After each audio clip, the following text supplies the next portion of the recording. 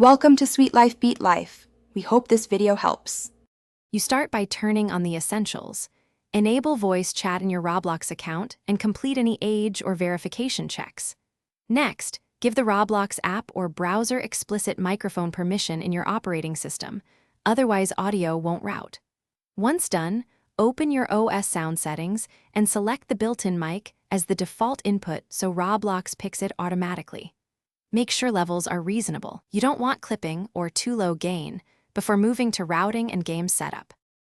Now focus on routing and game settings. In Roblox's in-game audio menu, set voice chat to on and confirm the selected input matches your OS default. If you want to hear others without headphones, enable mic monitoring in your OS so audio plays through speakers. Adjust gain to avoid echo. Disable exclusive device modes to allow multiple apps to use audio, and enable any noise suppression or automatic gain control to reduce feedback. Once these pieces are aligned, test in a low-volume environment to evaluate echo and finish by optimizing physical layout and software filters. Place speakers behind or to the side of your mic and lower their volume so the mic doesn't recapture speaker output.